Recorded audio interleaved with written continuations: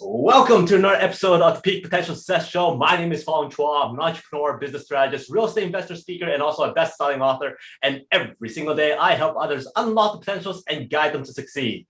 Today, we have another amazing individual. This person is so good at helping businesses and companies get a peace of mind so that they can focus on their goals and their successes. He is the managing partner and director of BD at RJ Systems. He is an expert when it comes to IT, threat intelligence, and cybersecurity. So please welcome the expert in tech solutions, Mr. J.D. NETTER. Thank you, Fong. What an intro. How are you doing? I'm doing great. And yourself? I'm doing awesome. I see that you're nice and relaxed at home and you're doing a whole bunch of great stuff. Yeah, I just got back from vacation, so it's nice to get a break from technology every once in a while. But I'm definitely excited to be right back in the game. So even the tech guy needs to be off the grid once in a while. Yes, very true. Well, for those of those listeners and viewers who don't know who you are and what exactly you do, tell us your journey. How did you get to become that expert when it comes to tech solutions and threat intelligence and all that kind of stuff? Sure. So as a kid, I've always had a knack for technology. And originally I wanted to become a doctor, but I'm not a big fan of blood. So that really changed that career path very quickly. So throughout high school, I started tinkering with computers and networks and figured out right away that that was the industry I wanted to be in.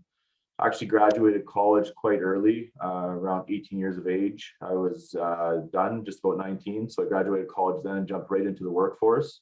Started contracting myself out to do desktop support, ended up getting a job with a oil plant up here in Edmonton, Alberta. And from there, ended up working for a Fortune 500 engineering firm for about 7 years. And during that time, I realized that, I'd kind of hit the glass ceiling there, believe it or not. And a lot of people were coming to me, asking me to help them with their small businesses. I wasn't able to do that being employed there. And so I took the leap and started my own business with my business partner. And from there, we're 16 years in business this year. Through that journey, we realized that a lot of businesses focus mainly on, reactive IT support. I only want somebody there when something breaks. And then there's this instant gratification that they need to have things fixed right away. And in this current threat climate that we're in, it just doesn't work. And so the clients that we work with see the value in proactive IT services and being at that cutting edge of cybersecurity and cyber threat prevention.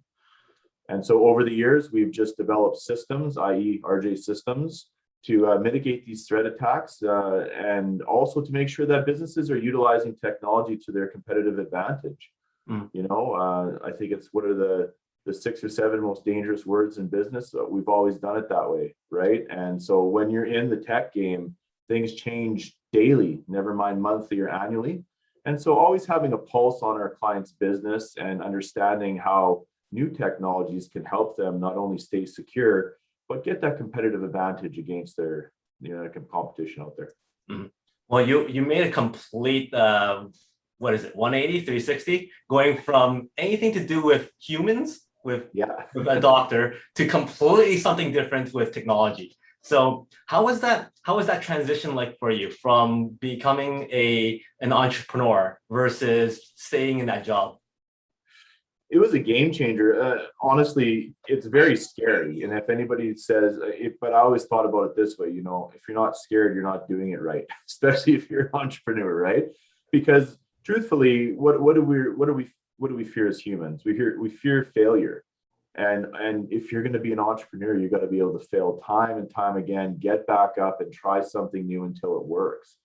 So ultimately, from my perspective, you didn't have that same challenge when you were working the day-to-day, right? Also in IT, there's this unfortunate reality that IT people in a position or in a job typically are treated as though they're expendable in a way. And what I mean by that from experience is that you have to be available during business hours, but then the expectation is that you're always available after hours, weekends.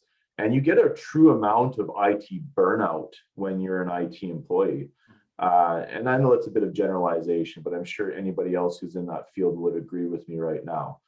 So then when you go into running your own business, you have the ability, of course, you're going to work harder, work longer hours, but just what you get out of that, both financially and just from, a purpose perspective, pays dividends. And as you build a team like we have, you can delegate those things and also build a culture like we have in our business where, you stagger the way that people have to be on call. You make sure that they're well represented. You make sure that they're well rested. And so really within RJ, we've made it very clear that although we have employees, I don't want them to go through the same sort of things that I went through as an employee. So we built our business around that mandate as well. Very, very well said. One of the things that I'm always cautious about when I call IT is that I'm going to ask a really dumb question. So then when I tell them to come by and then all of a sudden I'm like, watch, it's going to work now, just because you're here. How often is the answer actually turn off your computer, reboot? I'd say about 30% of the time that solves it, but I'd also say that that's definitely related to our friend Bill Gates' software that he created and a lot of the intricacies that come with that. Yeah. But it's an unfortunate reality. And truthfully, before you call a help desk or anybody else, just do that, because then if they ask you to do it, you're already one step ahead. It's like, oh yeah, I already did that part. When it comes to cybersecurity, IT, and all that kind of stuff, there's lots of business owners who goes, you know what, I'm too small. I don't need that quite yet. I'll wait until I get X amount of employees or have enough revenue. When is a good time, or is it always a good time to implement that right at the beginning? It's always a good time. And so really we try to bring our clients and anybody who's interested on a path where basically we're going from cyber aware to cyber secure. And the reason for this is that probably rewind about 5 years, there was not a lot of ransomware attacks where people's data was getting locked up and you'd have to pay a ransom to get it back. And that has just exploded in the last, basically in the last 2 years, right? 2 to 4 years. And so ultimately, everybody's under attack. And the reason why they're under attack is the platforms that they use to work every day, whether it be at their home business, whether it be at a giant corporation, the platforms are under attack. So we're talking Microsoft, Google, Apple, even parts of the cloud are under attack all the time. So you're never too small, and it's never too late to start educating yourself on the threats that are out there. Is the gang like Revil out there that's going after the big corporations? Are they going to come after, your grandma's computer to take all of her pictures? Probably not. But what people don't realize is all these bad guys that are writing the ransomware programs, they're actually selling them as a service. So if a small little hacker gang decides that they just want to make $10,000 that month, they'll target, everybody on, say, a Shaw or TELUS address at a home computing. And if they get hit, you're either paying to get your files back or you lose them. So I think that naivety that I'm too small to get hit, it needs to change. We need to have a shift in thinking. Pretend that you're always under attack, pretend that you will get hacked, and build your solutions around that so you don't. Mm-hmm. And from there, you can sleep at night. Would you say there's a guideline as to percentage of how much budget you should actually budget for it versus like a large company, small company, startup? Yeah, I think overall that's more of an IT expenditure percentage. I mean, typical going rate is 1 to 2% of your gross revenue should be put towards just basic IT management. So then you can scale that out depending on the size of your business. Really, though, you're going to see an increase in these costs because the insurance companies are now coming back and saying, wait a second, we're paying a ton of money out to pay out these ransoms. And so if you're going to get insurance from us, you have to have all of these baseline protocols in place. Well, a lot of companies aren't up to snuff on that. And so what's happening is they're realizing that their IT expenditures are going up, or the insurance companies won't insure them.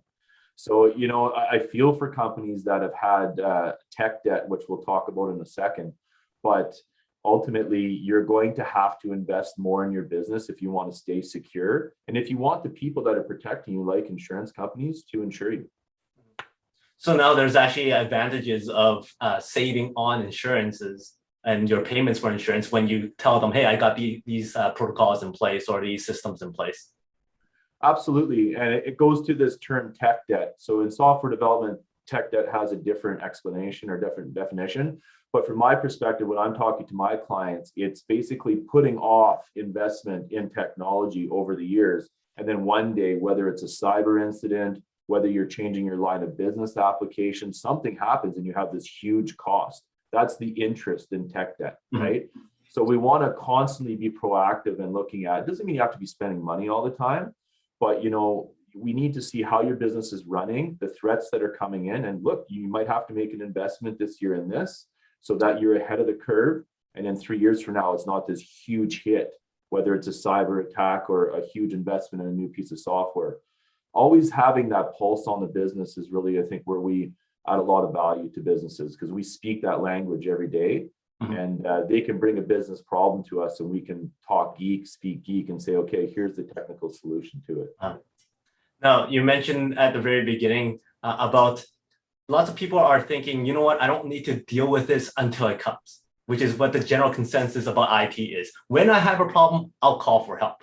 But what you're providing is more of a, well, let's keep you up to date. Let's keep you in front of the potential issues, so you don't have to worry about that stuff coming in. So it's more of a more proactive approach. So based on your experience and working with lots of different companies, how much do companies actually save in the end when it comes like on a, let's say, a ballpark range? I mean, the savings can be enormous because you have to figure out the cost of downtime, right? Mm-hmm. So having a reactive approach to just the maintenance and the upkeep of a network, never mind the cyber issues, means that sure, you might run for 3 or 4 months with no outages, but what if something major fails and nobody's been looking at it? Well, that could basically take away any amount of revenue you've made in the last 2 to 3 years, depending on what's been affected, right? Mm-hmm. Then if you factor on the cyber attacks, which can basically lock out your entire business indefinitely until you pay, again, another huge amount of money out of pocket to a cyber criminal, I don't even know how to quantify it, to be honest with you. It could be in 100%, to be honest with you. But ultimately what it comes down to is if you're the owner of a business, you're ultimately responsible for keeping that business up and running. And if you're hoping, and I guess I like to put it this way, hope is not a proper approach to running a business, right? I think so proactive basically takes the employee or the company owner's necessity to constantly be on all the technology and everything, and let them focus on running their business, knowing that they have a partner that's handling that for them. They typically do it with their accounting, they'll do it with their legal, and they do it with their insurance. So just consider us that fourth rung on the ladder when it comes to IT. Mm-hmm. Do with your IT as well. You're not in this to run an IT company, even though it's integral to you running your business. You should be out there making money and managing your business and growing it, not worrying about this sort of thing. So a reactive approach doesn't allow for that. A proactive approach absolutely allows for that. And I think a lot of business owners don't account for that downtime sometimes. They'll go, well, apples to apples, well, I'm paying this much to fix it, and I'm paying this much monthly to maintain it. Well, there's a difference there, but they're not talking about the downtime if that actually happens, right? Now, when it comes to helping people with regards to their IT and cybersecurity, what would you say is some of the myths? I know we kind of touched on some before, but some of the top, let's say, 5 myths that people are thinking that causes them not to move forward on having somebody like you help them out. I think the number one is that it just won't happen to me. I think ignorance is bliss. And I honestly think that that's a terrible way to go through life, never mind through business life, particularly when it comes to cybersecurity. I think the second one is that there's this unwillingness to educate themselves on the reality of the true cost of IT. And I ultimately think when business owners sit down and talk to companies like RJ and we say, look, everybody has to deal with inflation. Everybody has to deal with the increased costs of everything else when running a business. But what they don't realize is as the threats evolve, so do the tool sets to combat them. And therefore prices might go up. So understanding that true cost of IT and what you're getting, not only from the company providing the service, but what it's saving you in terms of process, procedures, streamlining your operations. I think the third one too is a lot of us like this instant gratification world that we live in. Like you download an app and you get everything that you need right away. And if you don't have Wi-Fi on your phone, it's like the end of the world. And ultimately, to a certain degree, that's true when you're running a business, say, completely in the cloud. If your internet's down, it's a big deal. But I think it's also about setting expectations. And a lot of companies are just slowly coming to the idea that, technology is probably the most single important thing that's running a business right now. You can't do your billing, you can't do your sales, you can't do your communication, you can't do your long-term strategy, you can't do your collaboration without technology. Yet it's the one thing that businesses invest in the least. And so I think ultimately, and just getting a better understanding of the true cost of IT and why you need to invest in it will help get rid of that myth. It's not all just expensive. It's not all smoke and mirrors. There's a lot of effort and skill set that goes into delivering this service. And if you take the time to research and see what goes into it, that myth disappears pretty quickly. There's a few people who are starting off their businesses and they got everything else kind of set up, but then there's the IT part they haven't set up yet. So what would you say is the most, like the starting pack, the basics that every single business needs to start off with before they start adding things on? First of all, if you're a net new business, consider very heavily the cloud right off the bat for a few reasons. Number one, it's very low to get involved in the cloud. Number two, a lot of the cloud platforms have some built-in security measures for you. Things like two-factor authentication, things like encryption, a lot of the things that you would have to ad hoc put together if you're building your own email server or file server, right?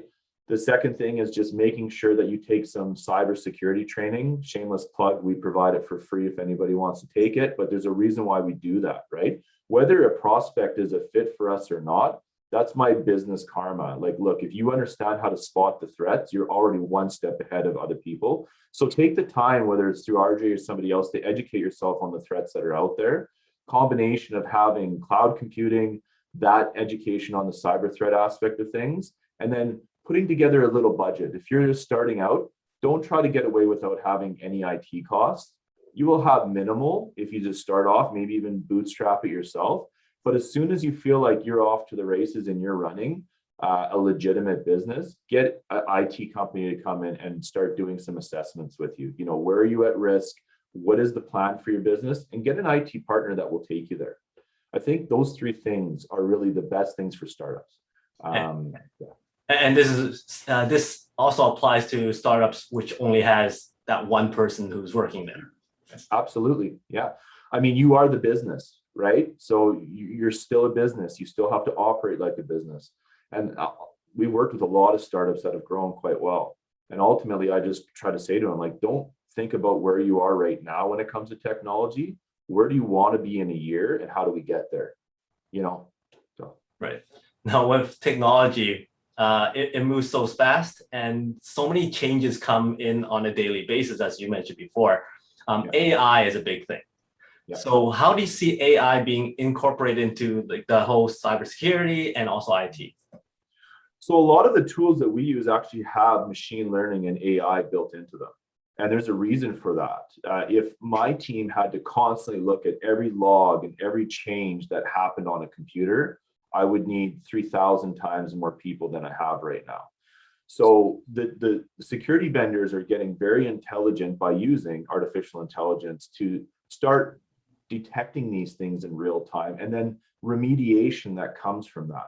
So a good example of this is an MDR, which is called a Management Detection and Response System. So what does this mean? Well, it sits there and it monitors your computer and it gets a baseline of how the computer works every day. And then when a change comes in, it actually looks at that, runs it against a threat database down in the States. And if something is out of the norm or they've seen this somewhere else, a human will pick up the phone and call RJ and say, this is not right. Somebody's in there, something's wrong. You need to investigate. So that wouldn't be possible, even the human component, if the AI component of that tool wasn't working. Mm-hmm. So you are going to see an incredible increase in AI tools when it comes to cybersecurity, but also AI is built into certain levels of cloud computing and everything along those lines. You should be able to take a task that says 13 steps and with a little bit of automation and eventually a little bit of AI, maybe it takes 2. So you're going to get some productivity gains, security gains, there's a lot of really good things coming from AI in the next couple of years, and they're already here as well. No, you're mentioning a lot of positives and a lot of advantageous stuff that allows AI to be incorporated. However, there's a lot of things where AI is not very good, or it's causing more problems than it's actually solving. And recently, this is completely kind of off topic, but it's about the cancel culture and biases and all that kind of stuff. So how do you see people being able to mitigate or kind of set themselves apart from having that affect their daily lives? That's a tough one. That's a good one, though. Thanks for asking. I mean, if I could put it into IT context, you're always going to need a human to talk to. So there's been this big push to try to get rid of tier 1 and tier 2 help desk and put AI bots in there. Good luck. That's all I have to say. You will not replace a human when it comes to talking to another human. I know Google's trying, but they've got a ways to go. Now, on the day-to-day, you know, I agree with you. I think that it's kind of created this artificial sense of how we use the internet and interact with people, because sometimes, you know, use Twitter, or I'll give you a great example. Let's say somebody wants to go attack somebody's reputation and wants to give them, you know, countless one-star reviews on Google. You know, that used to be impossible to do. And now with the right bot technology and everything else, people can actually carry out those attacks. And that could ruin a business if you really think about it. So I really don't know how to answer that fully, Fong. All I know is that you're right, there are good and bad for everything. I think what we really have to worry about is when the cybersecurity criminals figure out how to use AI to their advantage. Because then we now have the war of AI. We've got the good guys and the bad guys, and somewhere in between there's the humans that have to figure out who's who. So I'm not looking forward to that day. What do you see as the future of cybersecurity and IT in businesses? So ultimately, we need to get to a zero trust model, which basically means that using the tools that we've mentioned, training the staff and architecting the networks, only permitted software and users are allowed to do specific tasks. And that's very difficult when you have a fluid business where somebody's doing multiple different things. And so it's very cumbersome to implement right now, but eventually that will be the future, where if that is not an approved process to run, or that is not an application that this person's allowed to access, there's checks and balances at every level, which really stop the bad guys from automating a lot of these attacks. There's a lot of assumptions right now when people run networks. You know, I'm the controller, so therefore I should have access to this drive and I should be able to work unrestricted, when really we should be putting things down like Fort Knox and slowly allowing access to things as needed. So a complete shift in how we secure networks and how people compute. So for somebody like yourself who needs to be on top of his game all the time because things changes so much, how often do you actually do the research? How often do you keep the things coming into your mind so that you're up to date? Daily. And there's a part of my brain that probably when I go off this earth, if they ever autopsy it, they'll be like, that's the part that burnt out, right? But I can imagine. I mean, there's so many people. Like, for instance, if you're in real estate, you learn the basics, you could probably carry the basics on and on and on and on. But IT, you can't just have the basics, because that's ancient. So it really comes down to what us IT providers are investing in, both internally in our staff and our team, but also in our vendors. And so truthfully, I'm not the only person doing that. Everybody in my core team, you know, it becomes in a way almost a religion or a way of life. If this is your job, you want to be on top of it, because then you're the best at what you do. And so ultimately there's fully pure play cybersecurity companies that won't do the day-to-day support and things that we do. And if there's the right referral to them, we'll send them that way. But from our perspective, we constantly read threat feeds, which are from all the experts out there. The tools that we use, they're constantly sending us updates. And then ultimately you just start building your business on a baseline. So, you know, if we implement all these changes and we're at this baseline, then we're always looking at what's the next step ahead. So it becomes let's set the goalpost, you know, a bit farther, and let's just reach that next first down. But yeah, it definitely hurts sometimes. is there in the world of IT, is there a strong kind of fellowship within other IT people, or is there more of a competition between each other? So from our perspective in the technology services space where we're independent companies helping companies, there's always going to be competition. I think what we're trying to do as RJ, and we're not the only ones, but there's a select few here, at least in Alberta and in Canada, is we're trying to set the bar higher. The reason why is there is no governing board for IT. So when you go to become a plumber and electrician, you have your unions, you have people that your certifications, your journeyman, your apprentice, everything along those lines. And once you get your ticket, you're considered a master electrician. In IT, I could, be working at McDonald's one day and then go read a book online, start my own business, and now I'm an IT professional. Mm-hmm. And the unfortunate reality of that is it doesn't really show the reality of what these businesses are up against. And so we try to set the bar higher, right? I really hope one day that there will be a governing board that says you need to have these standards in order to say that you're a true technology solutions provider. Believe it or not, the insurance companies are starting to do that for us now because they're saying this is how we're at risk. So you have to have these things. Whereas I'm out there explaining to people, you need all these things. They're going, I don't need that. I know a guy whose friend's uncle's cousin's nephew does IT for $25 an hour, and he's a cybersecurity specialist. Don't send those type of clients to me, right? But, I guess that's the thing. I think the camaraderie comes from trying to set that higher standard because then everybody has to play at the same level. But ultimately, then we know the clients are actually protected. There's nothing worse in my game that says somebody's doing it for a little bit cheaper from me and they're still at risk. Right? So yes, you're always going to get competitive pricing and things along those lines, but the standards have to be there. Right. During this year of confusion and lockdowns and all that great stuff that's happening right now, how has that changed how you've been doing business and working with your clients? So a lot of my clients came to me prior to this, and I do reviews with them every quarter, and I talk to them about what could happen if a disaster happened. And truthfully, a lot of them will probably back me on this, but there's no way we'll get a flood or a fire, and nobody thought worldwide pandemic, right? Yeah. So really what they did is they came and we already had solutions in place for work from home and things along those lines. Given the flexible nature of what we do, a lot of my team has worked from home and things along those lines as well.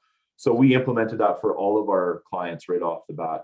And now what that's done is it's spurred this reality that a lot of businesses aren't sending people back to the office full time. And so what I've done is I've started educating my clients on you're going to have to adopt a hybrid workforce because not only from an IT perspective, but everybody's used to it now. So the game has changed. And if you don't change the culture in your company and allow some level of flex work from home, you're going to lose good talent because your competitor is going to implement a work from home policy. And if somebody's used to it, they're going to go find an employer that's going to let them work from home. So it's been a bit of a challenge with some clients, but other clients have embraced it. They've gotten rid of their leases, they've gotten rid of their home, and some of them have grown tremendously because of it. So during the pandemic, that was basically it. I hate to use this word, but pivot. Figure out how to pivot, figure out where you go from there. And I don't see a single client of mine going back exactly the way they used to prior to the pandemic now because of that. Mm-hmm. Would you say that's the same kind of mentality you apply to yourself when it comes to challenges and adversity when things come your way? Pivot, yeah, absolutely. I would. Truthfully, without question, everybody has challenges in life, and everybody has their ups and downs, and nothing about what we do as entrepreneurs is easy. Mm. And if we ever get an easy day, we just forget about it because they're never there anyways. But I would say so. And I think ultimately too is having a very open mind around how to do things differently, especially if you get hit with some adversity. And I believe being in the technology field has allowed me to do that because luckily for us in our industry, there's multiple different ways to solve a problem. So you start applying that mentality to world problems and daily problems, and they just become a little bit less burdensome. Mm. So I guess when you're able to come up with so many different types of solutions when it comes to IT and technology, once you apply that mindset into like your life, do you find that you're finding more solutions and more options where somebody who doesn't have that type of mindset is kind of more one-sided and narrow-minded? I would say absolutely. And I think like a lot of friends of mine and even in business associates come to me and they say, you know, how do you handle all this knowledge in your brain? And like you said, all the threat feeds and everything else that's coming in. And you just find ways to consume that data and find ways to apply it. I try my best to help people, you know, when they're stuck in a certain position, whether it's friends where they're stuck in a certain position in life or business people that I know that can't get over this one business challenge. I try to show them like, well, let's look at it from a different way. Let's pivot out of this funk that we're in and see how we can solve it. And it seems to work majority of the time, you know, just a different way of approaching challenges. You know, we have a saying at RJ, there are no problems, only solutions. And I really try to live by that model. One of the challenges about technology is because, again, it goes so fast and there's a lot of people that gets left behind. Yeah. And once they start getting left behind, they go, you know what? I don't want to touch it. I don't want to care about it. I don't want to see it. I'm just going to do my own thing, which is very, very out of date or very, very ineffective or inefficient, right? But you're involved with Project Joy, which is something that you're involved with a lot, and you help a lot of people when it comes to technology. Why don't you share with us more about what that is and how people could get involved with that? Sure. Well, thanks for mentioning it, Fong. So Project Joy is a nonprofit that I helped co-found back when the pandemic started. We noticed that a majority of seniors did not have a way to communicate with their loved ones during the pandemic, particularly when the lockdowns were happening in care centers. So what we did is we started to ask the community and public to donate their used phones and tablets so that we could refurbish them and donate them to the care centers. And so since we've been around, I think it's about 35 care centers we've helped, and at least a thousand individuals with donated devices. Actually, today they just announced that we were actually awarded the Northern Lights Volunteer Award from the Premier for Project Joy's work in the community. So we're quite proud of that. And if you want to help Project Joy, go to projectjoy.ca. Right now, we're accepting donations of devices. We have a list of devices that we can take, and also monetary donations, because a lot of these care centers aren't publicly funded. So they have limited budgets. And so the monetary donations allows us to go purchase new tablets and donate them.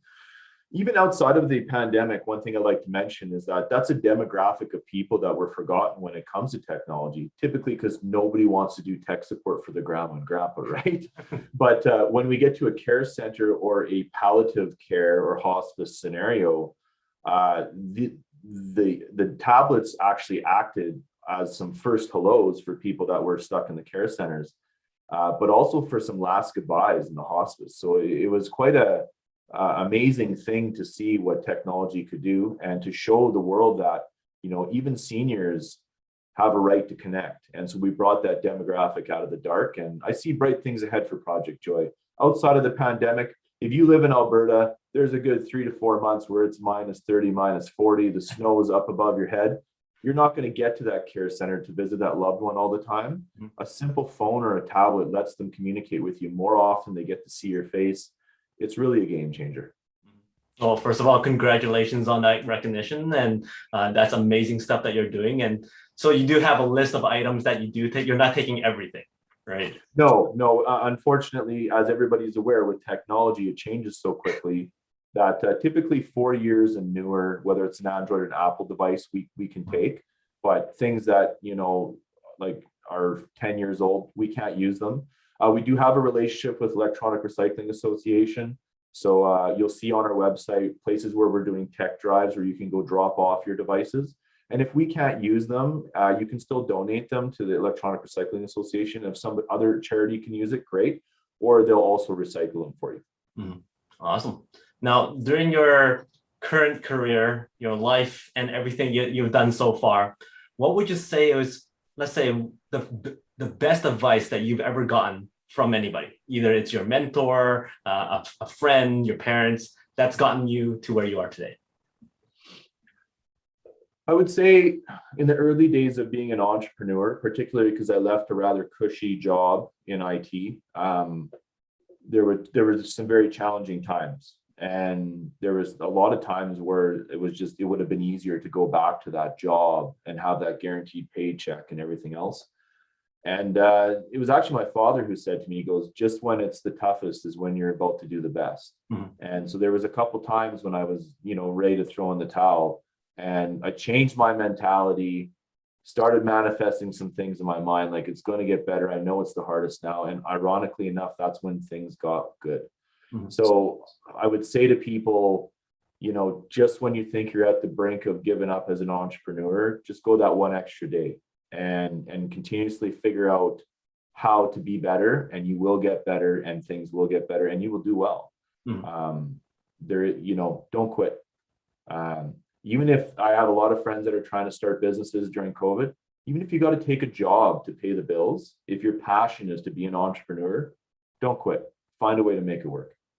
Now, second part of this question is, if you had an opportunity to speak on the world stage and tell everybody in the world about one message so that they can remember you by, what message is that that's different from what you just said? Wow. I'd have to say that just be kind. Be kind. I know that sounds a little bit cliche, but when you deal with business people, when you just seeing through what we've gone through with Project Joy, the world, be kind and do what you can to help others. I know it sounds kind of cheeky, but you'd be amazed how much of an impact that has, whether that's in business or in your personal life. Everybody's going through a struggle. It's different for everybody. If you're in a position to help people, help them, but just be kind. Don't make assessments right off the bat. Humans are different breed, they're a different breed. Just be kind. Nice and simple and straight to point. Cliche, maybe not, but people are able to follow that kind of advice, and it's very, very important. Before I let you go, I got 5 quick questions for you for fun. Give me the first thing that comes to mind. All right. Have you gone to do any, I see guitars in the back of your room. Yeah. So if you get to start your own band or a new band, I don't know if you already have a band? I don't have a band. Okay. No. So you get to start a band, but no limits. Who do you want to be in your band? Are they allowed to be dead or alive? Dead or alive, whoever. It could be fictional if you want. I want Tommy Lee to be my drummer. I want Stevie Ray Vaughan to be my head guitarist. And I want Jimi Hendrix to be the other guitarist. And Geddy Lee from Rush to be the bassist. And there's my band. I don't know what it would sound like, but he's pretty damn good, I'll tell you that. Sounds like you've given this some thought before. Yeah, I have those dreams. I have those dreams, Fong. And you're the lead vocalist? I would try to be. I'm not saying I would want to be that now, but in my dream, I'm really good at that. So, all right. So now you have all these guys. They're showing up to your front door, going, "Hey, we're gonna start a band. We're hungry though. So what are you gonna be able to serve them? What's your special dish?" Steak, barbecue steak, man. Awesome. You are on The Amazing Race. Okay. What event or what type of activity would be ultimately the one that gets you off the race? Climbing things that are very high. I'm very scared of heights, so that wouldn't work. So wait a minute. Are you able to skydive? No. Okay. Or anything to do with heights? Anything to do with heights. Oh. I see. And if you were stranded on a desert island and you get to choose one food for the rest of your life, no consequences, you'll still be in shape, you'll still be healthy, what would that food be? Probably pizza. I love pizza. Awesome. And finally, what is success like? Give me a number between 1 to 4. 4. 1, 2, 3, 4. This is going to be very, very easy for you. How is success like? The internet. Internet. How is success like the internet? Turn it on, get really good at Google, and you'll know everything. Awesome. Well done. Well, thank you very much for your time and also your stories and also your tips about IT and cybersecurity. Is there anything else that you want to kind of leave us off with? Just take the time to see what the threats are like out there in the world, business people, and educate yourself. That education will take you a lot farther than a lot of people that aren't doing it. And this is the new world we live in. It's the Wild West. So get a gun. And for people who wants to get in touch with you with regards to, you had a course on cybersecurity, getting maybe some consultation from you, what's the best way to do that? Just go to rjsystems.ca, fill out a form that's on there, and get in contact with us. Through that form, we have the cybersecurity training form and just a general consultation form. And the easiest way is through email. And I'll be happy to talk to you, happy to help you out.